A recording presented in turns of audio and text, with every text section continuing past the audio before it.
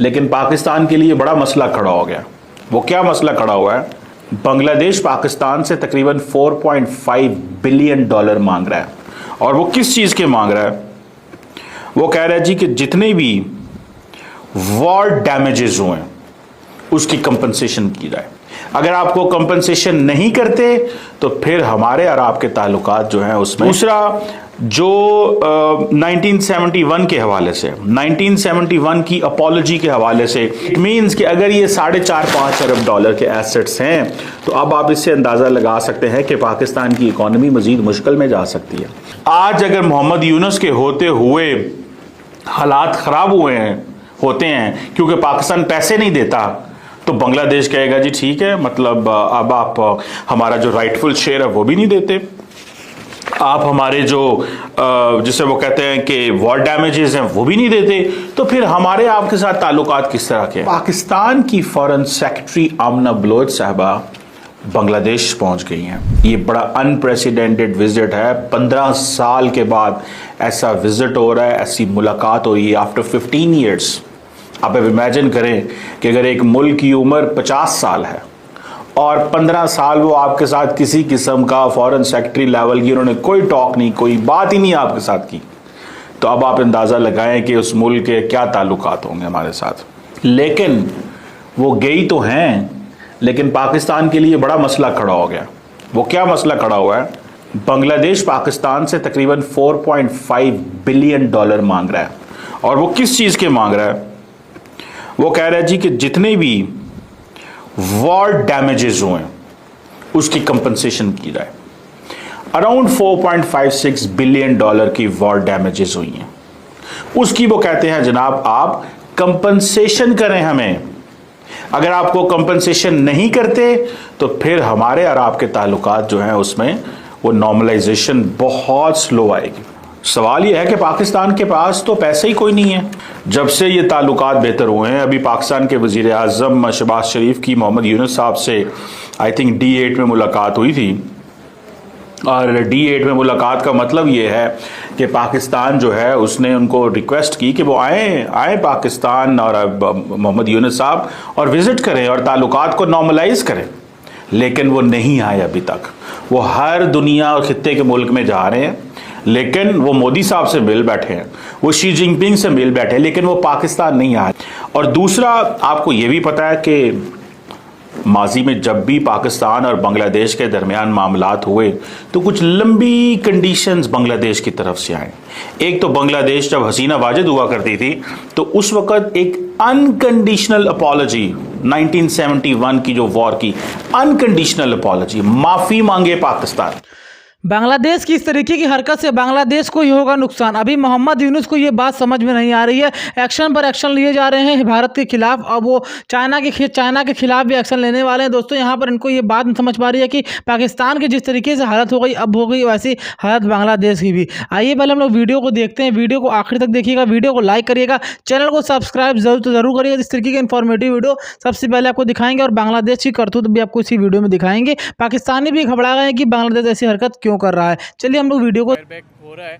लेकिन अगर आप सेम इसी सिनेरियो को देखें जो अभी अमेरिका में हो रहा है, हाँ ठीक है, तो अमेरिका ने जो चाइना के साथ किया, चाइना ने उनको फायर बैक किया, तो अब अमेरिका जो है वो घुटने टेकने पे मजबूर हो गया। और लेटेस्ट खबर ये है कि इतना ज्यादा टैरिफ लगाने के बावजूद भी चाइना की एक्सपोर्ट बढ़ी है। एग्जैक्टली हाँ। बल्कि मुझे वो याद पड़ रहा है, वो एक कैप पहनी हुई थी कि वी आर ग्रेट अमेरिकन। तो चाइना के जो वज़ीर ख़ारजा उन्होंने कहा था कि ये जो आप कह रहे हैं ना, ये भी हमने ही बनाई है, हमारे मुल्क ने बनाई है। हाँ। तो उनको ओबियसली ये फायर बैक कर रही हैं चीज़ें सेम। अगर ये इस टाइम में सर्वाइव कर जाएंगे बांग्लादेश तो वो ग्रेट बन जाएंगे। ठीक है, लेकिन अगर वो घुटने टेकने पर मजबूर हो जाएंगे जैसे अमेरिका ने अभी किया है, तो वो मेरे ख्याल में उनके लिए प्रॉब्लम होगा। उनको चाइना की तरह स्ट्रांग होना चाहिए, आगे से रेजिस्ट करना चाहिए और अल्टरनेटिव्स ढूंढने चाहिए।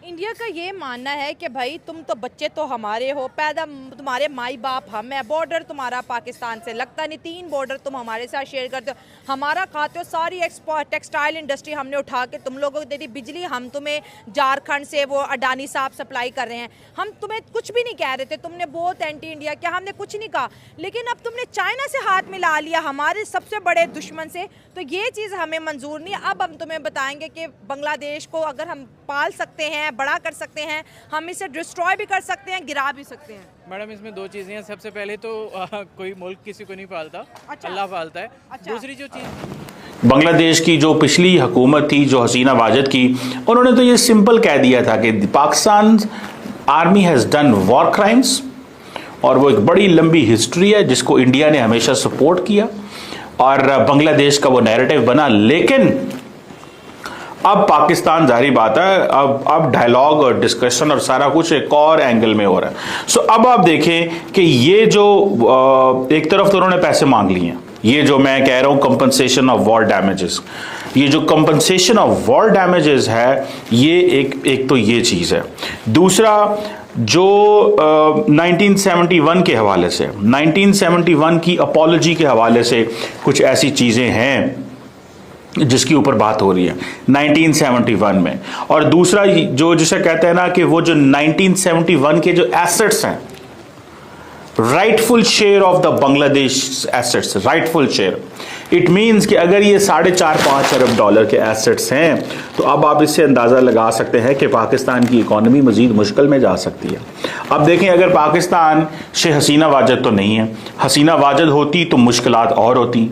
आज अगर मोहम्मद यूनुस के होते हुए हालात ख़राब होते हैं क्योंकि पाकिस्तान पैसे नहीं देता, तो बांग्लादेश कहेगा जी ठीक है, मतलब अब आप हमारा जो राइटफुल शेयर है वो भी नहीं देते, आप हमारे जो जिसे वो कहते हैं कि वॉर डैमेजेस हैं वो भी नहीं देते, तो फिर हमारे आपके साथ ताल्लुकात किस तरह के हैं। सो अब दो चीज़ें हैं, क्या पाकिस्तान से दोबारा माफ़ी का तकाजा किया जाएगा, और दूसरी चीज़ क्या पाकिस्तान ये 4.5 बिलियन या समथिंग मेरा इसके जो अगेंस्ट अमाउंट है, क्या उसके ऊपर बात होगी, ये है सवाल। अब देखना यह है कि इंडियन मीडिया इसको कैसे कवर करता है। दो चीज़ें इंडियन मीडिया ने करनी है कि वो हसीना वाजिद जो माफ़ी मंगवाना चाहती थी, आज मोहम्मद यूनुस ने बांग्लादेश का सौदा कर दिया। बांग्लादेश के अंदर ये डिस्कशन हो रही है कि ये ना हो कि भाई हम एक बैटल ग्राउंड बन जाए बिटवीन इंडिया एंड पाकिस्तान, का कंपटीशन वहाँ पे ना शुरू हो जाए, तो हमें अपने इंटरेस्ट को वहाँ पे भी टेक केयर करना है। लेकिन मेरा ख्याल है कि पाकिस्तान इतना बांग्लादेश से डरा हुआ है इस सेंस में कि हमारे तो ताल्लुकात रहे नहीं कभी, तो हम तो चाहते हैं उन ताल्लुकात को बेहतर किया जाए। लेट्स सी आमना बलोच साहबा से वो क्या डिमांड करते हैं, 4.5 बिलियन डॉलर मांग लेते हैं या वो आमना बलोच साहबा से माफ़ी मंगवाते हैं। तो दोस्तों यहाँ पर आप लोगों ने वीडियो देखा किस तरीके से यहाँ पर दोस्तों बांग्लादेश अपनी हरकतों की वजह से परेशान होने को तैयार है। दोस्तों यहाँ आपको बता दें कि बांग्लादेश में चावल के लिए खाने के लिए चावल नहीं है, पर दोस्तों चावल भारत से मांग रहा है। अभी कुछ दिनों पहले चावल भारत से मांगा है, पर दोस्तों यहाँ पर देखिए किस तरीके से मोहम्मद यूनुस की सरकार फिर से यहाँ पर वक्फ बोर्ड पर अब तक गुस्सा है। गुस्सा होने के बाद यहाँ पर उसको सपोर्ट न करने के बजाय हिंदुस्तान से लड़ाई करने के फेर में पड़ा हुआ है। अब दोस्तों बांग्लादेश को कोई भी सपोर्ट करने को तैयार नहीं है। जो रशिया के दम पर बांग्लादेश उछल रहा है ना, वो रशिया भी भारत की मदद करता है और भारत के साथ रहता है, और भारत का मित्र देश है वो रशिया भी। वो जानता है कि भारत से मित्रता बनाए रहेंगे तो हमको बहुत फायदा होगा आगे आने वाले समय में, और बांग्लादेश को वो चुटकी में उड़ा दे सकता है। दोस्तों आपको बता दें कि रशिया के दम पर बांग्लादेश उछल रहा है, पर दोस्तों यहाँ पर इनसे कुछ नहीं होने वाला। आपको बता दें कि यहाँ पर 3 जहाज रशिया ने भेज दिया है, और वहीं पर जिस हिसाब से यहाँ पर भारत ने जब बांग्लादेश ने भारत को कुछ वक्फ बोर्ड वो लेकर के वहाँ इनकारी जताई थी, तब यहाँ पर अपने मोदी जी ने यहाँ पर इनके एक ट्रांसपोर्ट सिस्टम को बंद कर दिया, जहाँ से होकर के सामान जाता था बांग्लादेश में सामान जाता था। दोस्तों यहाँ से अगर कोई सामान डायरेक्ट वहाँ जाएगा ना तो सामान सस्ता पड़ता था।